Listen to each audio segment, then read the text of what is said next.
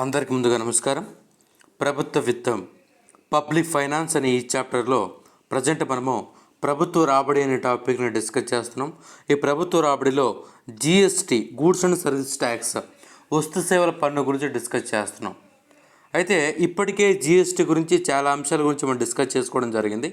మనం ఈ క్లాస్లో జిఎస్టీని ప్రవేశపెట్టడం వల్ల కలిగినటువంటి ప్రయోజనాలు ఏంటో మనం ఈ క్లాస్లో ఎంతో డీటెయిల్గా చూద్దాం. జిఎస్టీ ప్రయోజనాలు. దీంట్లో మొదటిది కామన్ మార్కెట్. అంటే కామన్ మార్కెట్ అంటే ఒకే ఒక మార్కెట్ అని చూద్దాం. అంటే అందరికీ ఒకటే. అది ఏ రకంగా చూద్దామంటే, ఎప్పుడైతే జిఎస్టీని ప్రవేశపెట్టారో అప్పుడు దేశవ్యాప్తంగా కామన్ మార్కెట్ అనేది ఏర్పాటైంది. అంటే కామన్ మార్కెట్ అంటే ఏంటి అంటే ప్రతి ఒక్కరు కూడా ఒకటే మార్కెట్, అంటే డిఫరెంట్ లేకుండా కామన్ మార్కెట్ ఏర్పాటైంది. అంటే ఏ రకంగా అంటే దేశవ్యాప్తంగా ఏ వ్యాపారి అయినా కూడా ఏదైనా జిఎస్టీ రిజిస్ట్రేషన్ చేసుకోవాలంటే, అంటే తాను కూడా జిఎస్టీ కింద నమోదు, తన పరిశ్రమ కానీ తన వ్యాపారం కానీ ఏదైనా కానీ జిఎస్టీ కింద నమోదు చేయాలంటే అతను సింపుల్గా జిఎస్టీ నెట్వర్క్ ద్వారా జిఎస్టీ నెట్వర్క్ ద్వారా అతను నమోదు కావచ్చు. అంటే అతను జిఎస్టీ లాగిన్లోకి వెళ్ళి అతనికి సంబంధించినటువంటి సమాచారం, తన యొక్క ఆధార్ కార్డు, పాన్ కార్డు సంబంధిత వ్యాపారం సంబంధించినటువంటి డీటెయిల్స్ ఇచ్చేస్తే అతనికి ఒక జిఎస్టీ నెంబర్, అంటే యూనిక్ నెంబరు అతనికి అయితే రావడం జరుగుతుంది. యూనిక్ నెంబర్ అంటే అతనికంటూ ఒకటి సపరేట్ నెంబర్ అయితే రావడం జరుగుతుంది. అయితే ఈ రకంగా ఎంతో ఈజీగా తను పన్ను కట్టాల్సినటువంటి ఐడి తనకు వచ్చేది. కానీ ఒకప్పుడు ఏ రకంగా ఉండేదంటే, జిఎస్టీ రాక మునుపు ఏదైనా వ్యాపారి ఉన్నాడు అనుకోండి, ఆ వ్యాపారి అతను ట్యాక్స్ కట్టడం కోసము ట్యాక్స్ ఆఫీసర్ దగ్గరికి వెళ్తారు. సిటీఓ, కమర్షియల్ ట్యాక్స్ ఆఫీసర్స్ అంటారు. వారి దగ్గరికి వెళ్తే వాళ్ళు ఏం చేస్తారంటే అతని యొక్క అతని డీటెయిల్స్ మొత్తం తీసుకొని అతను పన్ను కట్టడానికి కావలసినటువంటి ఒక యూనిక్ నెంబరు అతనికి అన్నట్టు ఒక సెపరేట్ నెంబర్ అయితే ఇచ్చేవాళ్ళు. ఓకేనా.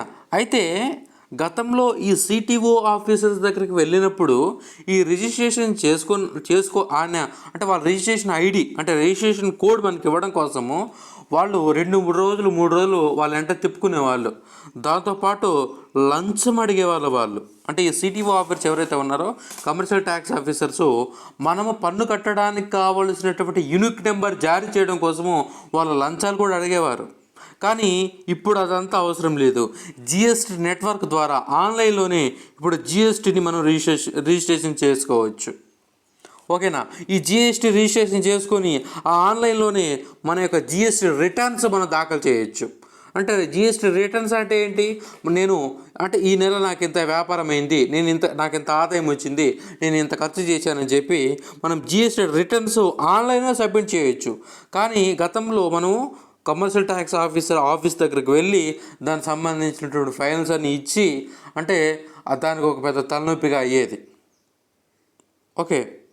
టోటల్గా ఇప్పుడు ఎప్పుడైతే జిఎస్టీ వచ్చిందో మొత్తం ఆన్లైన్లోనే, అంటే అతను జిఎస్టీ రిజిస్ట్రేషన్ చేసుకోవడం వల్ల కానీ, అదేవిధంగా జిఎస్టీ రిటర్న్స్ ఫైల్ చేయడం వల్ల కానీ, దాంతోపాటు అంటే రీఫండ్, అంటే for example input tax credit. For example ముడి పదార్థాలుగా వ్యాపారి గతంలో ముడి పదార్థాలకు ఒక 50,000 ట్యాక్స్ కట్టాడు.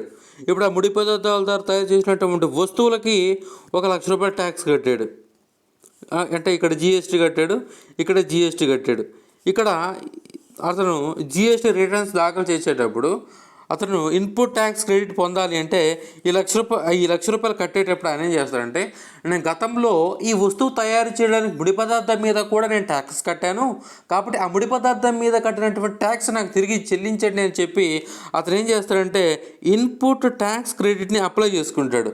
దాంతో ఆ డబ్బులు కూడా అతనికి తిరిగి తన బ్యాంక్ అకౌంట్లోనే ఆన్లైన్ నుండే పడిపోతాయి. అతను మళ్ళీ ఆఫీస్ చుట్టూ తిరగాల్సిన అవసరం లేదు. అంటే ఇక్కడ మనం గమనిస్తే రిజిస్ట్రేషన్కి ఆఫీస్ చుట్టూ తిరగాల్సిన అవసరం లేదు. అదేవిధంగా పన్ను కట్టడానికి ఆఫీస్ చుట్టూ తిరగాల్సిన అవసరం లేదు. అదేవిధంగా పన్ను రీఫండ్కి ఆఫీసులు తిరగాల్సిన అవసరం లేదు. దాంతోపాటు ముఖ్యంగా లంచం ఎవరికి ఇవ్వాల్సిన అవసరం లేదు. దీంతో అంటే ముఖ్యంగా ఈ జిఎస్టీ రావడం వల్ల దేశవ్యాప్తంగా ఏ వ్యాపారైనా కానీ తాను జిఎస్టీ రిజిస్ట్రేషన్ చేసుకోవాలంటే జిఎస్టీ నెట్వర్క్ ద్వారా ఆన్లైన్లో రిజిస్ట్రేషన్ చేసుకోవచ్చు. దాంతోపాటు ఆన్లైన్లోనే పన్ను కట్టవచ్చు, ఆన్లైన్లో జిఎస్టీ రిటర్న్స్ దాఖలు చేయొచ్చు, ఆన్లైన్లోనే అతనికి కావాల్సినటువంటి ట్యాక్స్ రీఫండ్స్ ఏదైనా ఉంటే ఆన్లైన్ నుండే ఆయన పొందవచ్చు. ఈ రకంగా అన్నీ కూడా ఆన్లైన్ ద్వారానే అతి త్వరగా అంటే ఆ వ్యాపారికి కూడా కొంచెం సమయం కూడా ఎక్కువ, వ్యాపారం చేసుకోవడానికి ఎక్కువ సమయం కూడా అతనికి దొరుకుతుంది. ఓకే, మొదటిది కామన్ మార్కెట్. అన్ని రాష్ట్రాల్లో ఒకే పన్ను విధించడం వల్ల రిజిస్ట్రేషన్లు, రిటర్నులు, రీఫండ్లు ఒకేలా జరుగును. అంటే ఇప్పుడు తమిళనాడులో ఒక ట్యాక్స్ లేదు, ఆంధ్రప్రదేశ్లో ఒక ట్యాక్స్ లేదు, అదేవిధంగా తెలంగాణలో ఒక ట్యాక్స్ లేదు, అన్ని రాష్ట్రాల్లో ఒకటే ట్యాక్స్, అది జిఎస్టీ. కనుక అప్పుడు అంటే పన్ను రిజిస్ట్రేషన్ చేసుకోవాలని ఎంత పన్ను కట్టాలనేది రిజిస్ట్రేషన్ చేసుకోవాలన్నా కానీ, రిటర్నులు దాఖలు అంటే తన యొక్క జిఎస్టీ రిటర్న్స్ దాఖలు చేయాలన్నా కానీ, రీఫండ్లో పొందాలన్నా కానీ ఏదైనా కానీ ఒకేలాగా ఉంటుంది. కాబట్టి అన్ని రాష్ట్రాల్లో ఒకే పన్ను విధించడం వలన రిజిస్ట్రేషన్లు, రిటర్న్లు అంటే మీకు తెలుసు కదా. రిటర్న్లు అంటే నేను ఇంత వ్యాపారం చేశాను, నేను ఇంత ట్యాక్స్ కట్టాలి అని చెప్పి మనం లిఖితపూర్వకంగా మనము జిఎస్టీ పన్ను అధికారులకు మనం పంపించే ఒక నివేదిక. ఓకే, అదేవిధంగా రీఫండ్లు అంటే ఇన్పుట్ ట్యాక్స్ క్రెడిట్లు ఒకేలా జరుగును. ఓకేనా. దీనివల్ల దేశం మొత్తం మీద కామన్ మార్కెట్ ఏర్పడాను. అంతర్రాష్ట్రంలో పన్నుల వ్యత్యాసాలు, భౌగోళిక ఆంక్షలు తొలగిపోవును. అదేవిధంగా మార్కెట్ అంతటా ఒకే పన్ను విధించడం ద్వారా వివిధ మార్కెట్లో ఉన్న పన్ను వ్యత్యాసాలు తొలగించబడి వినియోగదారునికి ప్రయోజనం చేకూరుతుంది. ఓకేనా. ఒకప్పుడు అంతర్రాష్ట్రాల పన్ను వ్యత్యాసాలు అంటే ఏంటి? తెలంగాణలో ఒక పన్ను ఉండేది, ఆంధ్రప్రదేశ్లో ఒక పన్ను ఉండేది, తమిళనాడులో ఒక పన్ను ఉండేది. రాష్ట్రానికి పన్నుల్లో భేదాలు ఉండేవి. ఎప్పుడైతే జిఎస్టీ వచ్చిందో రాష్ట్రాల మీద పన్ను వ్యత్యాసాలు తగ్గిపోయాయి. దాంతోపాటు ఒక వ్యక్తి ఒక వస్తువుని అమ్మాలంటే ఇక ఆంధ్రప్రదేశ్లో ఒక ట్యాక్స్ కట్టేవాడు, ఓకేనా, తెలంగాణలో ఒక ట్యాక్స్ కట్టేవాడు, కర్ణాటకలో ఒక ట్యాక్స్ కట్టేవాడు. ఇలా కాకుండా దేశవ్యాప్తంగా ఒకే ట్యాక్స్ ఉండడం వల్ల అంటే వినియోగదారుడు కూడా అది ప్రయోజనం చేకూరుతుందని మనం ఇక్కడ గమనించుకోవచ్చు. అంటే దేశవ్యాప్తంగా ఒకే ఒక ట్యాక్స్ ఉండడం వల్ల దేశమంతా మొత్తం ఒకే ప్లాట్ఫామ్ మీదకి వచ్చింది, అది జిఎస్టీ ప్లాట్ఫామ్. ఓకేనా. Next cascading effect. అంటే క్యాస్కేడింగ్ ఎఫెక్ట్ ఏందో మీకు చెప్పాను. క్యాస్కేడింగ్ ఎఫెక్ట్ అంటే పన్ను మీద పన్ను పడ్డాన్ని క్యాస్కేడింగ్ ఎఫెక్ట్ అంటారు. ఫర్ ఎగ్జాంపుల్ ఏదైనా కానీ ఒక బైక్ కొన్నారు, మీరు బైక్ కొనాలి. ఈ బైక్ ఎక్కడ తయారైంది? ఫర్ ఎగ్జాంపుల్ న్యూఢిల్లీలో తయారైంది. ఈ న్యూఢిల్లీలో తయారైనప్పుడు ఒకప్పుడు దాని మీద ఎక్సైజ్ సుంకం వేసేవాళ్ళు, ఎక్సైజ్ సుంకం వేసేవాళ్ళు. అదేవిధంగా చాలకపోతే అడిషనల్ ఎక్సైజ్ సుంకం వేసేవాళ్ళు, దాని మీద సర్ఛార్జీలు వేసేవాళ్ళు. దాంతోపాటు దాన్ని ఆంధ్రప్రదేశ్లో ఏపీలో అమ్మడానికి తెచ్చేటప్పుడు ఏపీలో ఆర్ట్రాయ్ లేదా ఎంట్రీ ట్యాక్స్ వేసేవాళ్ళు. అదేవిధంగా ఏపీ సేల్స్ ట్యాక్స్ వేసేవాళ్ళు. అంటే ఒకే వస్తువు మీద ఇన్ని రకాల పన్నులు ఉండేవి. కానీ వీటి స్థానంలో ఇప్పుడు ఒకే ఒక పన్ను వచ్చింది. అంటే ఒకే ఒక పన్ను, అదే పన్ను GST, goods and service tax. ఇప్పుడు అవన్నీ లేవు, ఒక జిఎస్టీ కడితే చాలు. అది ఎక్కడ కడతాము? ఇక్కడ ఏపీలో కడతాం, ఇక్కడ కట్టము. అంటే ఎక్కడైతే వస్తువు అమ్ముతుందో అంటే వస్తువు గమ్యస్థాన పన్ను అని చెప్పడం జరిగింది. అంటే డెస్టినేషన్ బేస్డ్ ట్యాక్స్ జిఎస్టీ అనే గతంలో మనం చెప్పడం జరిగింది. ఓకేనా. అంటే ఈ జిఎస్టీ రాకముందు ఉన్న క్యాస్కేడింగ్ ప్రభావము ఈ పన్ను వలన తొలగిపోయాను. ఓకే. నెక్స్ట్ సహకార సమైక్య కోఆపరేటివ్ ఫెడరలిజం. అంటే మన దేశము సమైక్య దేశము. అంటే ఏంటి? మన దేశంలో అధికారాలు అనేవి కేంద్రానికి అదేవిధంగా రాష్ట్రాలకి బదిలీ చేయబడి అంటే అధికారాలన్నీ బదిలీ చేయబడి ఉంటాయి. ఈ రకంగా మన రాజ్యాంగంలో ఈ రకంగా కేంద్ర జాబితా అని, రాష్ట్ర జాబితా అని, ఉమ్మడి జాబితా అని మన రాజ్యాంగంలో ఉంటుంది. కేంద్ర జాబితాలో ఉన్నటువంటి అంశాల మీద కేంద్రం చట్టాలు చేయను, రాష్ట్రాలు ఉండే అంశాల మీద రాష్ట్రాలకు అధికారము.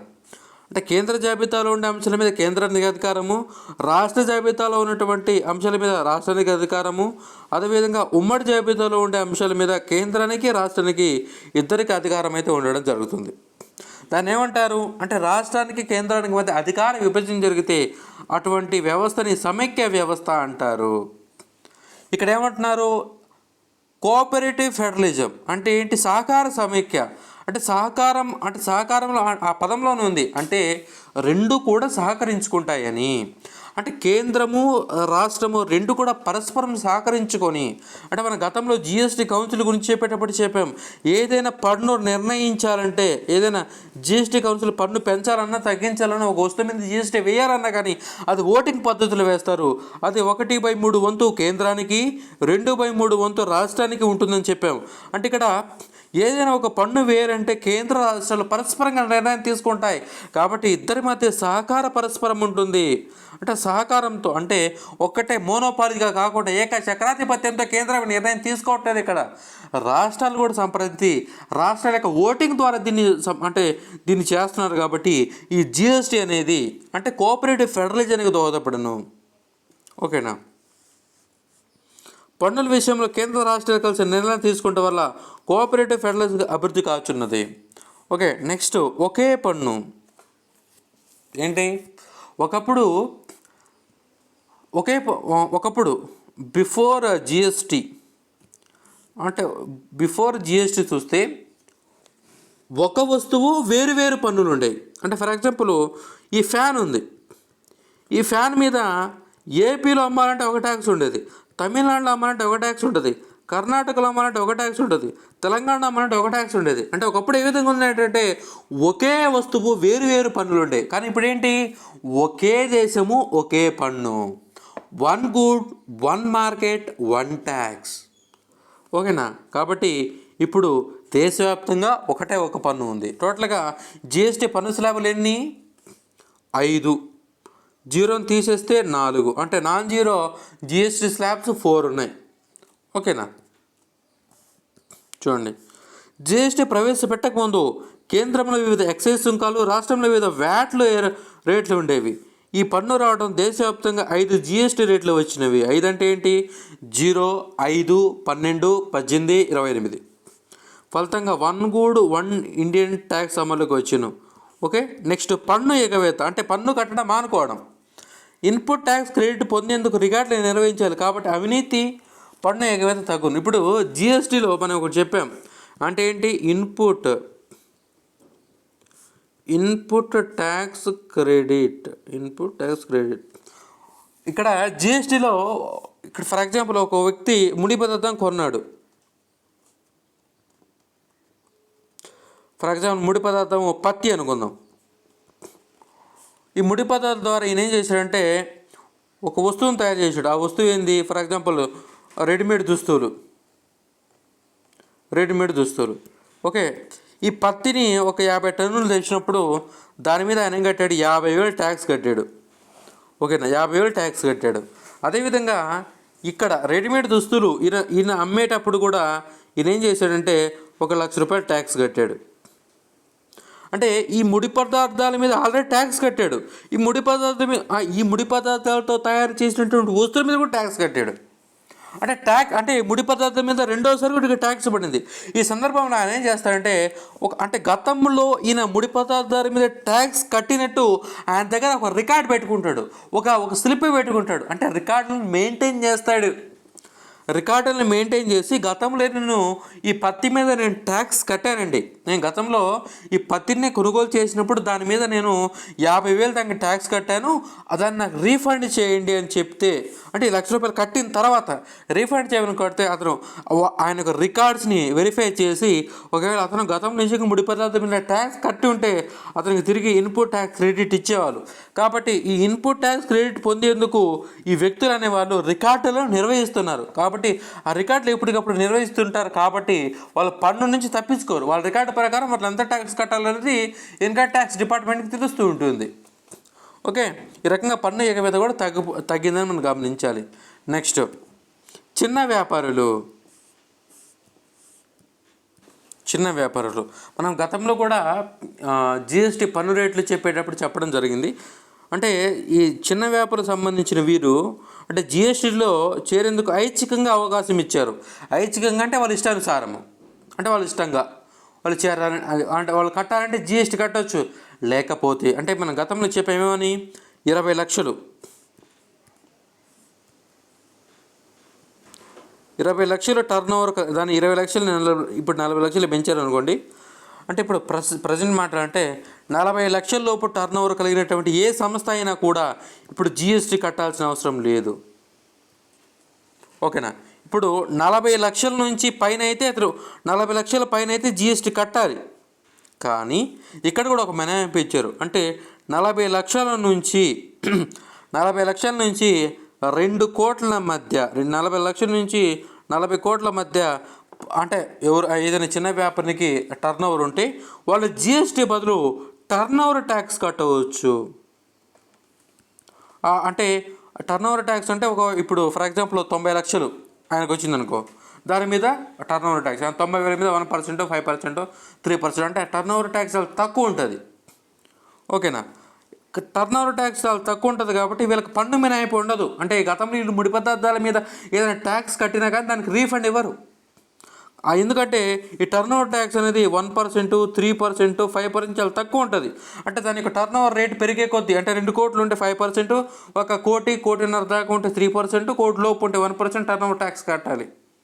ఈ రకంగా టర్న్ ఓవర్ ట్యాక్స్ తక్కువ ఉండడం వల్ల వాళ్ళకి ఇన్పుట్ ట్యాక్స్ క్రెడిట్ ఇవ్వరు. ఓకేనా? సరే, ఇదేంటంటే విషయము, చిన్న వ్యాపారులు దీని ద్వారా లబ్ధి పొందుతున్నారు. అంటే 2 కోట్ల పైన ఉంటే వాళ్ళు ఖచ్చితంగా జిఎస్టీ కట్టాలి. ఇప్పుడు కొన్ని బుక్లో 1.5 crores అని కూడా ఉంటుంది. సరే చూద్దాం. దీనిలో అంటే జిఎస్టీలో చేరేందుకు ఈ చిన్న వ్యాపారులకు ఐచ్ఛికంగా అవకాశం ఇచ్చాను. 1.5 కోట్ల లోపు టర్న్ ఓవర్ ఉన్నవారు కాంపోజిషన్ స్కీమ్ కింద రిజిస్టర్ అయ్యేది. అంటే వీరు తమ టర్న్ ఓవర్పై తక్కువ పన్ను అంటే 1%, 2%, 5% పన్ను చెల్లిస్తారు. వీరికి ఇన్పుట్ ట్యాక్స్ క్రెడిట్ ఉండదు. ఓకే? అంటే వాళ్ళు జిఎస్టీ కట్టాలంటే జిఎస్టీ కట్టవచ్చు, టర్న్ ఓవర్ ట్యాక్స్ కింద మార్కు అంటే కట్టాలంటే టర్న్ ఓవర్ ట్యాక్స్ అంటే ఏదైనా వాళ్ళ ఇష్టం ఇచ్చారు.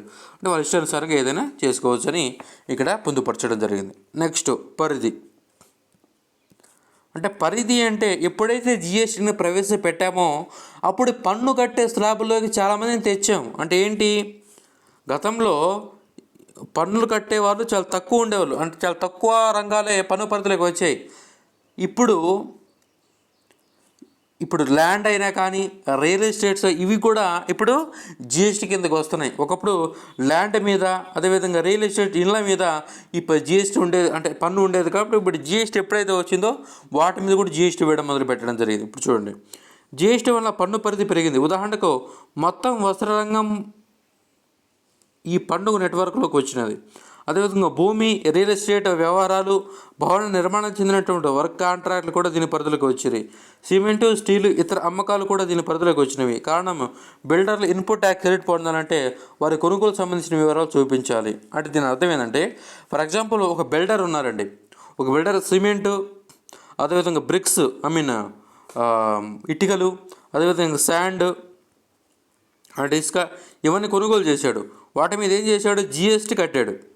ఓకే? ఇప్పుడు జిఎస్టీ కట్టినప్పుడు వీటన్నింటిని ఉపయోగించి ఆయన ఏం చేశాడు, ఒక ఇల్లుని నిర్మించాడు.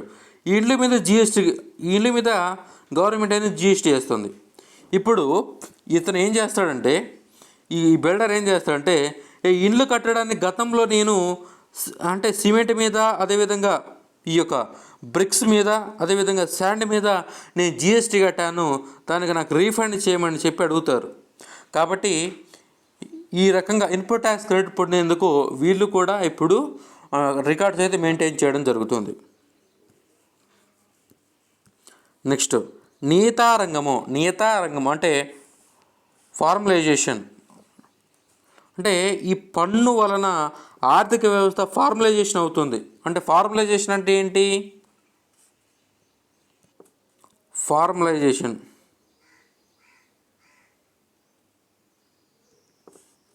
అదేవిధంగా నాన్ ఫార్మలైజేషన్ ఆర్ ఫార్మలైజేషన్.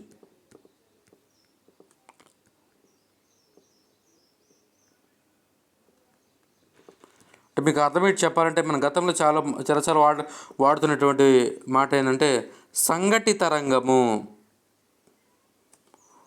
అసంఘటిత రంగము, ఆర్గనైజ్డ్ సెక్టర్, అన్ఆర్గనైజ్డ్ సెక్టర్.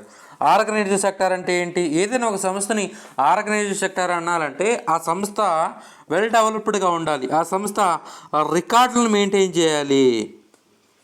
ఓకేనా? ఇప్పుడు టాటా కంపెనీయో రిలయన్స్ కంపెనీలో ఉన్నాయి, అవన్నీ కూడా ఫార్మలైజ్డ్ కంపెనీలు. లేకపోతే కిరాణా షాపు, ఏదో పార్ట్ షాప్, ఏదో టీ షాపులు ఉన్నాయి, వాళ్ళు రికార్డులు మెయింటైన్ చేస్తున్నారా? వాళ్ళు మెయిన్ చేయరు, అవి అసంఘటిత రంగం కిందకు వస్తాయి. కాకపోతే ఇప్పుడు అసంఘటిత రంగాలు కూడా, ఓకేనా, ఇప్పుడు నార్ ఫార్మలైజ్ కూడా అవి కూడా జిఎస్టీని కడుతున్నాయి. జిఎస్టీని కట్టేటప్పుడు అవి ముడి పదార్థాల మీద కూడా ట్యాక్సులు కడుతున్నాయి అసంఘటిత రంగాలు కూడా. ఓకేనా? అప్పుడు ఆ సందర్భంలో వాళ్ళు ఏం చేస్తారంటే, వీళ్ళు ఈ ముడి పదార్థాల మీద రీఫండ్ పొందాలి కాబట్టి, అంటే ఇన్పుట్ ట్యాక్స్ రేటు పొందాలి కాబట్టి, ఈ అసంఘటిత రంగాలు అంటే అనార్గనైజ్డ్ సెక్టార్లు కూడా రికార్డులు మెయింటైన్ చేస్తున్నాయి. ఎందుకు? ట్యాక్స్ రేట్ పొందడానికి. కాబట్టి అసంఘటిత అంటే ఒక సంస్థ రికార్డులు మెయింటైన్ చేస్తే దాన్ని సంఘటిత రంగం అంటారు, రికార్డులు మెయింటైన్ చేయకపోతే అసంఘటిత రంగం, అనార్గనైజ్డ్ సెక్టార్ అని అంటారు. ఎప్పుడైతే రికార్డులు అసంఘటిత రంగం మెయింటైన్ చేస్తుందో అసంఘటిత రంగం కూడా సంఘటిత రంగం అంటే ఆర్గనైజ్డ్ సెక్టార్ కిందకి రావడం జరుగుతుంది. ఈ రకంగా ఎప్పుడైతే ఈ జిఎస్టీ ట్యాక్స్ రీఫండ్ పొందడానికి వీరు కూడా రికార్డులు మెయింటైన్ చేస్తున్నారో టోటల్గా ఆర్థిక వ్యవస్థ అనేది ఫార్మలైజేషన్ అవుతుంది. అంటే ఒక అభివృద్ధి చెందినటువంటి సంస్థలుగా మారుతున్నాయని మనం ఇక్కడ గమనించవచ్చు. అంటే ఈ పన్ను వల్ల ఆర్థిక వ్యవస్థ ఫార్మలైజేషన్ అవుతుంది. గతంలో చిన్న చిన్న ఉత్పత్తులకు సంబంధించిన కేంద్రం వద్ద సరైన సమాచారం లేదు. ఇప్పుడు కేంద్ర రాష్ట్రాల వద్ద సరిపడినంత సమాచారం లభిస్తుంది. దీనివల్ల ప్రత్యక్ష పన్నుల సమాచారం కూడా పెరుగుతుంది. అంటే వాళ్ళు పన్ను రీఫండ్ పొందడానికి గతంలో ముడి పదార్థాల మీద కట్టినటువంటి ఆ యొక్క పన్నుని తిరిగి పొందడం కోసము వాళ్ళు ఏం చేస్తున్నారంటే, వాళ్ళు రికార్డులు మెయింటైన్ చేస్తున్నారు. రికార్డులు మెయింటైన్ చేయడం వల్ల వాళ్ళ యొక్క డేటా అనేది గవర్నమెంట్ దగ్గర ఉంటుంది. కాబట్టి వాళ్ళ డేటా గవర్నమెంట్ దగ్గర ఉంటుంది. కాబట్టి వాళ్ళకి సంబంధించిన సమాచారం ఎప్పుడైనా కానీ వాళ్ళు ఎంత ట్యాక్స్ కట్టాలి సంబంధించిన విషయాలు కూడా ఇప్పుడు గవర్నమెంట్ అనేది రెగ్యులేట్ చేయగలుగుతుంది. ఈ రకంగా టోటల్గా ఆర్థిక వ్యవస్థ మొత్తం నియతా రంగము అంటే ఒక ఆర్గనైజ్డ్గా మారుతుంది అని మనం ఇక్కడ గమనించవచ్చు. నెక్స్ట్ విత్త సమ్మిళితము ఫైనాన్షియల్ ఇన్క్లూజన్. గతంలో బ్యాంకింగ్ సెక్టార్లో చెప్పేటప్పుడు మీకు ఎంతో డీటెయిల్గా చెప్పాను. ఎక్కడ బ్యాంకింగ్ రంగ సవాళ్ళ దగ్గర చెప్పాను, ఛాలెంజెస్ ఆఫ్ బ్యాంకింగ్ సెక్టార్ అక్కడ చెప్పాను. విత్త సమ్మిళితం అంటే ఏంటంటే,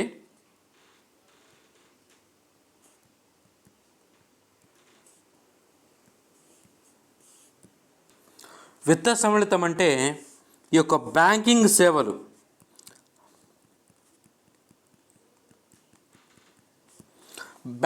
సేవలు ప్రతి ఒక్కరికి చేరాలి.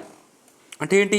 ఒకప్పుడు ఈ బ్యాంకులు అనేవి రుణాలు ధనికులకే ఇచ్చేవి, అంటే సామాన్య ప్రజలకు ఇచ్చేవి కావని మీకు చెప్పడం జరిగింది. అంటే ఒక వర్గానికి మాత్రమే లాభం చేకూర్చే విధంగా బ్యాంకులు పనిచేసేవి. కనుక 1969లో 14 వాణిజ్య బ్యాంకుల్ని, 1980లో 6 వాణిజ్య బ్యాంకుల్ని జాతీయ చేశారని చెప్పడం జరిగింది. అవన్నీ కూడా ఎందుకు చేశారంటే విత్త సమ్మిళితం సాధించడం కోసం, ఫైనాన్షియల్ ఇంక్లూజన్ సాధించడం కోసం. అంటే ఫైనాన్షియల్ ఇన్క్లూజన్ సమ్మిళితం అంటే ఏంటంటే అందరిని కలుపుకుపోవడం. అంటే ఈ బ్యాంకింగ్ సేవలు కేవలం ధనికులకే కాదు, అంటే అట్టడుగున ఉన్నటువంటి అంటే అభివృద్ధి చెందినటువంటి బడుగు బలహీన వర్గాలకు కూడా ఈ బ్యాంకింగ్ సేవలు చేరాలని దానికోసం కృషి చేయడం జరుగుతుంది. దీనికోసమే ఆర్బీఐ స్వాభిమాన్ పథకం ప్రవేశపెట్టిందని చెప్పి, అదేవిధంగా ప్రధానమంత్రి జన్ ధన్ యోజన ఇలాంటి పథకాలన్నీ కూడా ప్రతి ఒక్కరు కూడా బ్యాంకింగ్ సేవలు వినియోగించుకోవాలని చెప్పి ఈ పథకాలను ప్రవేశపెట్టారని చెప్పడం జరిగింది. అయితే ఇప్పుడు ఈ జిఎస్టీ ద్వారా కూడా విత్త సమ్మిళితం సాధించబడుతుంది అని మనం ఇక్కడ చెప్తున్నాం. అంటే దీనికి ముఖ్య కారణం ఏంటంటే, ఇప్పుడు చిన్న వ్యాపారులు ఉన్నారు. ఈ చిన్న వ్యాపారులు అంటే ఏదో చిన్న చితక వ్యాపారం చేసుకునే వాళ్ళు ఏంటంటే గతంలో వాళ్ళకి బ్యాంకుతో అవసరం లేదు. కానీ ఇప్పుడు వాళ్ళు ఏం చేస్తున్నారంటే, వాళ్ళు ట్యాక్స్ కట్టాలి, అంటే జిఎస్టీ కట్టాలనుకుంటున్నారు. ఓకేనా? వాళ్ళు జిఎస్టీ కట్టిన తర్వాత వాళ్ళు రీఫండ్ పొందాలి. ఓకేనా? ఒక జాగ్రత్త వినాలి. వాళ్ళు ఆన్లైన్లోనే ట్యాక్స్ కడుతున్నారు. ఇప్పుడు జిఎస్టీ ఆన్లైన్లో ట్యాక్స్ కట్టాలంటే ఏం కావాలి? బ్యాంక్ అకౌంట్ ఉండాలి. ఓకేనా లేదా? అదేవిధంగా వాళ్ళకు ఏదైనా ట్యాక్స్ రీఫండ్స్ ఉండాలంటే ఆన్లైన్ నుంచి రీఫండ్ అవుతున్నాయి కాబట్టి వాళ్ళకి ఏముండాలి? బ్యాంక్ అకౌంట్ ఉండాలి. అంటే ఇప్పుడు ఎప్పుడైతే జిఎస్టీ వచ్చిందో అన్నీ కూడా ఆన్లైన్ జరుగుతున్న ద్వారా, అంటే డిజిటలైజేషన్ జరిగింది కాబట్టి, ఓకేనా, డిజిటలైజేషన్ జరిగింది కాబట్టి ప్రతి ఒక్కటి కూడా ఇప్పుడు బ్యాంకింగ్ అంటే ఖచ్చితంగా అతను ట్యాక్స్ కట్టాలన్నా, అతను ట్యాక్స్ రీఫండ్ పొందాలన్నా, రిజిస్ట్రేషన్ చెందాలన్నా అన్నిటికీ ఇప్పుడు బ్యాంక్ అకౌంట్ మ్యాండేటరీ కాబట్టి ప్రతి ఒక్కరు కూడా ఇప్పుడు బ్యాంకింగ్ సేవను ఉపయోగించుకుంటున్నారు. ఓకేనా? ఒకప్పుడు ఈ వ్యాపారస్తులు ఏదైనా పన్ను కట్టాలి అంటే, పన్ను రీఫండ్ పొందాలి అంటే ఈ పన్ను అధికారులు వేధింపులు ఎక్కువ ఉన్నాయి. వాళ్ళకి లంచాలు ఇవ్వాలి. ఇవన్నీ లేకుండా ఇప్పుడు ఆన్లైన్ ట్రాన్సాక్షన్ చేయాలి కాబట్టి ఇప్పుడు అందరూ కూడా బ్యాంకింగ్ సేవలు ఉపయోగించుకుంటున్నారు. అంటే ప్రతి ఒక్కరు కూడా ఇప్పుడు బ్యాంకింగ్ సేవలు ఉపయోగించుకోవడం వల్ల విత్త సమ్మిళితం సాధ్యమవుతుంది. అంటే ప్రతి ఒక్కరు కూడా బ్యాంకింగ్ సేవలు చేరువలో ఉన్నాయని ఇక్కడ గమనించాలి. చిన్న వ్యాపారస్తులు తమ పన్ను చెల్లింపులు చెల్లింపులకు డిజిటల్గా నిర్వహిస్తున్నారు. ఇది విత్త సమ్మిళితమై ప్రభావాన్ని కనపరుస్తున్నది. నెక్స్ట్ రవాణా వ్యయము. అంటే ఒకసారి గమనిస్తే సప్లై చైన్ లాజిస్టిక్స్ సమర్థవంతంగా నిర్వహించబడుతున్నాయి జిఎస్టీ వచ్చిన తర్వాత. అది ఏ రకంగా అంటే ఫర్ ఎగ్జాంపుల్ ఏపీ, ఈ రకంగా ఏపీ, ఈ పక్కన ఒరిస్సా, ఓకేనా. ఇక్కడ ఈ రెండు రాష్ట్రాల మధ్య ఒకప్పుడు ఇవి ఉండే ఏంటవి? చెకింగ్. అక్కడ పన్ను అధికారులు అక్కడ ఉండేవారు, కస్టమ్స్ అధికారులు, పన్ను అధికారులు అక్కడ ఉండేవారు, ఇక్కడ బోర్డర్స్లో ఉండేవారు. ఈ ఆంధ్రప్రదేశ్ నుంచి ఒక వాహనం వెళ్తే అక్కడ గంటల సేపు నిలబెట్టేవాళ్ళు. ఓకేనా? గంటల సేపు నిలబెట్టి అంటే చాలా రకాలుగా వాళ్ళని వేధించేవాళ్ళు. అంటే ఆ స్లిప్ ఉందా, ఈ పేపర్ ఉందా అని చెప్పి అడిగి వాళ్ళ దగ్గర నుంచి లంచం తీసుకునేవాళ్ళు. అంటే ఒక్కొక్క వాహనాన్ని దాదాపు 5-6 గంటలు అక్కడ నిలబెట్టి వాళ్ళకి ఇక్కడ ఆంధ్రప్రదేశ్ ఇటు అయితే ఇచ్చాపురం ఉంటుంది, శ్రీకాకుళం దగ్గర ఇచ్చాపురం, ఇటు బోర్డర్ అయితే చిత్తూరు అంటే ఇక్కడ చిత్తూరు ఉంటుంది. ఇవన్నీ కూడా బోర్డర్స్ అనమాట, రాష్ట్ర బోర్డర్లు. ఇక్కడ ఇవన్నీ కూడా ఆ ప్రాంతాల్లో అంటే ఆ రాష్ట్రానికి సంబంధించినటువంటి పన్ను అధికారులు ఉండి అంటే ఇన్వాయిస్ ఉందా, రిజిస్ట్రేషన్ చేశారా, ట్యాక్స్ కట్టారా అన్నీ చెక్ చేసి వాళ్ళు ఏదో ఒక లోపం చూపించి వాళ్ళ మీద లంచం తీసుకునేవాళ్ళు. ఏదైనా స్లిప్ ఏదైనా కాగితం లేకపోతే వెళ్ళి తీసుకురమని చెప్పేవాళ్ళు.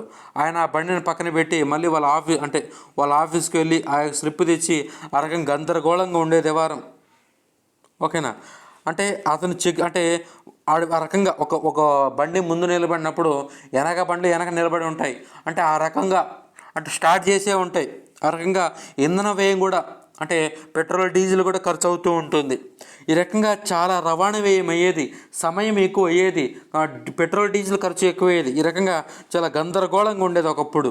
కానీ ఇప్పుడు ఎప్పుడైతే ఈ జిఎస్టీ ప్రవేశపెట్టామో ఈ దేశవ్యాప్తంగా రాష్ట్రాల మధ్య ఉన్నటువంటి ఈ చెక్కింగ్ అన్నీ కూడా చెక్కింగ్ అధికారులు కానీ చెక్కింగ్ ఆ స్టేషన్లు కానీ మొత్తం ఎత్తివేయడం జరిగింది. ఓకేనా? ఇక్కడ చూడండి, జిఎస్టీ వలన సప్లై చైన్ లాజిస్టిక్స్ సమర్థవంతంగా నిర్వహించబడుతున్నది. దేశవ్యాప్తంగా రాష్ట్ర సరిహద్దులో ఉన్న చెక్ పోస్టులు తీసివేయడమైనది. దీనివల్ల రవాణా వ్యయం తగ్గించి ఇంధన సామర్థ్యం పెరిగి అవినీతి తగ్గుచున్నది. అంటే ఇక్కడ గమనిస్తే ఇక్కడ రవాణా వ్యయం తగ్గి ఇంధన సామర్థ్యం పెరిగింది. అంటే ఏంటి? ఒకప్పుడు చెప్పాను, ఇప్పుడు అంటే అతను చెక్ చేసే వరకు ఆ బండిని అదే రకంగా దాన్ని స్టార్ట్ చేసి పెట్టాలి. అంటే వదిలితే పోదాం అన్నట్టు ఉంటారు వాళ్ళు. కానీ అతనేమో వదలడు, లంచం తీసుకున్న దానికి వదలడు.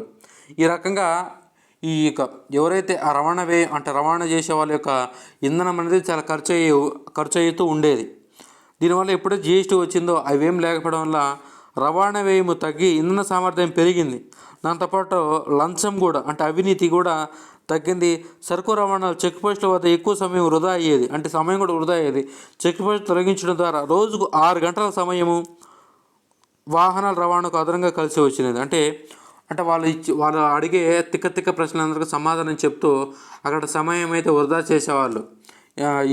రవాణా ఎప్పుడైతే ఆ చెక్ పోస్ట్ని తీసేశారో దాదాపు ఈ రవాణా చేసే వాళ్ళకి 6 గంటలు అదనంగా మిగులుతున్నాయి ఇప్పుడు.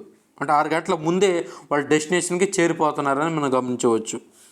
అదేవిధంగా అంతర్రాష్ట్రీయ వ్యాపారం అంటే రాష్ట్రాలకు మధ్య వ్యాపారం సంబంధించి ఈ జిఎస్టీ ప్రభావం ఏ రకంగా ఉందో చూద్దాం.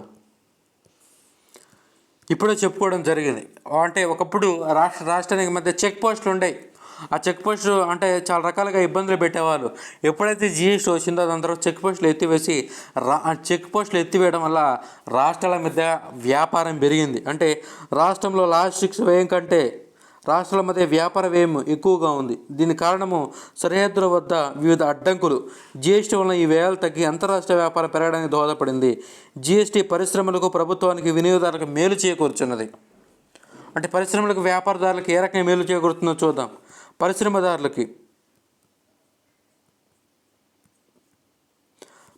పెట్టేవారికి చూస్తే ఇప్పుడు వాళ్ళు ఆ ట్యాక్స్ అంతా కూడా ఎక్కడ కడుతున్నారు? ఆన్లైన్లో కడుతున్నారు.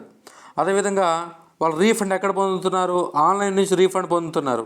అదేవిధంగా ఈ రకంగా ఆన్లైన్లో రిజిస్ట్రేషన్ చేసుకొని ఆన్లైన్లో ట్యాక్స్ కట్టి ఆన్లైన్లో రీఫండ్ పొందడం వల్ల వాళ్ళకి సమయం వృధా అవ్వకుండా, ఒకప్పుడు నేను చెప్పాను ఈ సిటీఓ కమర్షియల్ ట్యాక్స్ ఆఫీస్ దగ్గరికి వెళ్ళి వాళ్ళ గంటలు వాళ్ళ వెనక తిరుగుతూ వాళ్ళు అడిగిన పనులు చేస్తూ వాళ్ళకి లంచాలు ఇస్తూ ఒక 3-4 రోజుల తర్వాత వాళ్ళకి అనుకరించేవాళ్ళు. ఇప్పుడు అదంతా పని లేదు. ఆన్లైన్లోనే ట్యాక్స్ కట్టడం, ఆన్లైన్లో రిజిస్ట్రేషన్ చేసుకోవడం, ఆన్లైన్లో రీఫండ్ పొందడం ఇలాంటివి చేయడం జరుగుతుంది. అదేవిధంగా క్యాస్కేడింగ్ ఎఫెక్ట్, ఈ క్యాస్కేడింగ్ ఎఫెక్ట్ తొలగిపోవడం వల్ల ఈ వినియోగదారులు అంటే వస్తువు ధరలు తగ్గి వినియోగదారులు కూడా లాభం పొందుతున్నారు.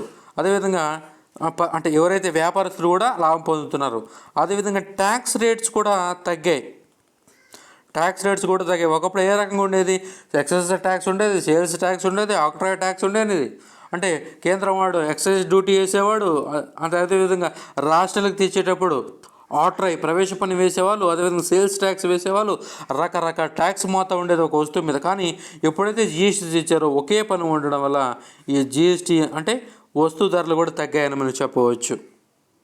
ఓకే, దీంతో అంటే ఎప్పుడైతే జిఎస్టీ ప్రవేశపెట్టామో ఇక్కడ పన్ను రేట్లు ఎంతో కంఫర్టబుల్గా ఉండడం వల్ల విదేశాల వారు కూడా మన దేశంలో పరిశ్రమలు పెట్టడానికి ఆసక్తి చూపుతున్నారు. పక్క దేశంలో జిఎస్టీ వలన వస్తు సేవల ధరలు చాలా తక్కువగా ఉన్నాయి. ఇప్పుడు భారత్లో కూడా విదేశాలతో పోటీ పడడానికి జిఎస్టీ సహకరిస్తుంది. మన గతంలో కూడా మీకు చెప్పడం జరిగింది. 2017 జూలై 1న భారతదేశంలో జిఎస్టీ ప్రవేశపెట్టకముందు ప్రపంచవ్యాప్తంగా 105 దేశాలు జిఎస్టీని అమలు చేశాయని. కారణం ఏంటంటే దీనివల్ల ఎక్కువ లబ్ధి చేకూరడమే. ఓకే, నెక్స్ట్ చూడండి. అంటే పరిశ్రమల వ్యాపారులకు ఏ రకమైన లాభం చేకూరుతుందంటే జిఎస్టీ వల్ల వ్యాపార నిర్వహణ సులభతరం అవుతుంది. రిజిస్ట్రేషన్లు, రిటర్న్లు, రీఫండ్లు సులభంగా పారదర్శకంగా జరుగుతున్నవి. దీనివల్ల వ్యాపార సమయం ఆదా అవుతుంది. దేశ విదేశీ పెట్టుబడులు రావడానికి వీలవుతుంది. క్యాస్కేడింగ్ ప్రభావం తగ్గడంతో వ్యాపార నిర్వహణ వ్యయం తగ్గుతున్నది. వ్యయం తగ్గడంతో పోటీతత్వం పెరుగును. దేశీయంగా అనేక పన్నులు తగ్గడంతో అంతర్జాతీయ మార్కెట్ల ఎగుమతులు కూడా పెరుగును. ఓకేనా? అదేవిధంగా కేంద్ర ప్రభుత్వాలకి అంటే కేంద్ర రాష్ట్ర ప్రభుత్వాలు ఏ రకంగా ఉందో చూద్దాం. ఈ ప్రయోజనం చూస్తే ఒకప్పుడు రాష్ట్రాలకు చాలా రకాల పన్నులు ఉండేవి. అదేవిధంగా కేంద్రానికి చాలా రకాల పన్నులు ఉండేవి. కాబట్టి ఎక్కువ పన్నులు ఉండడం వల్ల అంటే వీళ్ళు ఎక్కువ దృష్టి సారించేవాళ్ళు కాదు ఏ పన్ను మీద కూడా. ఇప్పుడు అన్నిటికీ జిఎస్టీనే కాబట్టి అంటే స్టేట్కి SGST state goods and service tax, సెంట్రల్కి సిజిఎస్టీ అంటే central goods service and tax. ఇప్పుడు ఒకే పన్ను ఉండడం వల్ల వీళ్ళు సీరియస్గా దీని మీద దృష్టి సారించడం జరుగుతుంది. ఇప్పుడు ఒకే ఒక ట్యాక్స్ జిఎస్టీగా ఉండడం కాబట్టి దీన్ని సీరియస్గా అమలు చేయడానికి కూడా దీనివల్ల ఖజానాపై భారం తగ్గింది. అదేవిధంగా ఖజానాకి రాబడి కూడా పెరిగింది. ఓకేనా? చూద్దాం. అనేక పన్నుల స్థానంలో ఏకీకృత పరోక్ష పన్ను ప్రవేశపెట్టడం వలన పన్ను వసూలు సులభతరమగును. దీనివల్ల పన్ను పాలన సులభమవుతుంది. పన్ను వసూలుకు ప్రభుత్వం చేసే వ్యయం తగ్గును. అంటే ఒకవైపు అంటే వసూలు చేయడానికి వ్యయం తగ్గుతుంది ఒకే పన్ను కాబట్టి. అదేవిధంగా ఒకవైపు ప్రభుత్వానికి కూడా ఖజానాపై భారం తగ్గును, మరోవైపు ప్రభుత్వానికి రాబడి పెరుగును.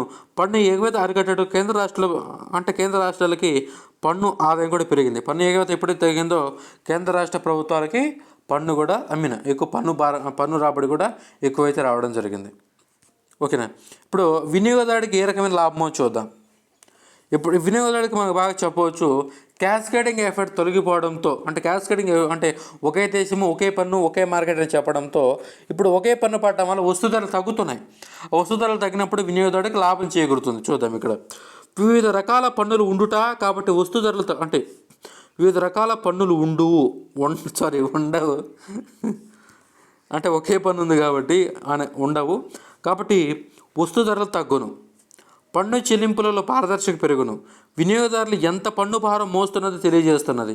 ఒక దేశము వివిధ రకాల పన్నులు, ఒక వస్తువు వివిధ రూపాల పన్నులు వంటి లోపాలు తొలగించి సమర్థమైన పన్ను వ్యవస్థను ప్రభుత్వం తీసుకొచ్చింది. అంటే ఒకే దేశం ఒకే మార్కెట్ ఒకే పన్ను విధానం తీసుకురావడం జరిగింది. ఒకప్పుడు ఒకే పన్ను వివిధ రాష్ట్రాల్లో వివిధ పన్నులు ఉండేవి, వివిధ రకాలైనటువంటి ట్యాక్స్ రేట్స్ ఉన్నాయి. ఇప్పుడు అన్నీ కూడా లేదు. ఇప్పుడు ఒకే ఒకటి జిఎస్టీ. అంటే భారత్లో నూతన ఆర్థిక సంవత్సరాల తర్వాత ప్రవేశపెట్టినటువంటి అతిపెద్ద సంవత్సరం అనేది అంటే 1990లో ఎల్పిజి రీఫార్మ్స్ తెచ్చారు కదా. ఎల్పిజి రీఫార్మ్స్ తర్వాత భారతదేశంలో ప్రవేశపెట్టినటువంటి అతిపెద్ద సంస్కరణ ఈ యొక్క జిఎస్టీ నిబంధనల ప్రకారము ఒక వస్తువు ధర తగ్గింది లేనిది పరిశీలించి ధర తగ్గితే దాన్ని వినియోగదారుడికి బదిలీ చేసేట్టు పర్యవేక్షించేందుకు నేషనల్ యాంటీ ప్రాఫిటరింగ్ అథారిటీ అంటే ఫర్ ఎగ్జాంపుల్ గతంలో మీకు చెప్పడం జరిగింది ఎగ్జాంపుల్. ఇప్పుడు కొన్ని వస్తువుల మీద గతంలో ఎక్కువ ట్యాక్స్ ఉండేది, అంటే 24% వరకు ట్యాక్స్ ఉండేది. ఆ వస్తువుల మీద ఇప్పుడు జిఎస్టీ కింద దానికి 12%, 5% ఆ జిఎస్టీ తెచ్చి ఆ వస్తువు ధరలు తగ్గించారు. వాటి మీద ట్యాక్స్ రేట్ తగ్గించడం వల్ల ఆ వస్తు ధరలు తగ్గాయి. కానీ వ్యాపారస్తుడు ఏం చేస్తున్నాడంటే వినియోగదారుని మోసం చేస్తున్నాడు. అంటే ఆ తగ్గిన ధరని వినియోగదారుడికి బదిలీ చేయకుండా తానే అనుభవిస్తున్నాడు. ఇటువంటివి జరిగితే దీని మీద సీరియస్గా యాక్షన్ తీసుకోవడం కోసం ఒక స్పెషల్ బాడీని కూడా ఏర్పాటు చేయడం జరిగింది. అదే నేషనల్ యాంటీ ప్రాఫిటరింగ్ అథారిటీ. ఓకేనా? అంటే ఈ రకంగా చేస్తే అతని శిక్ష అర్హుడుగా మనము చేయవచ్చు. ఇది జిఎస్టీ వల్ల అంటే మన దేశంలో కానీ మొత్తం అన్ని వ్యవస్థలో జరిగినటువంటి మార్పులు. ఓకే,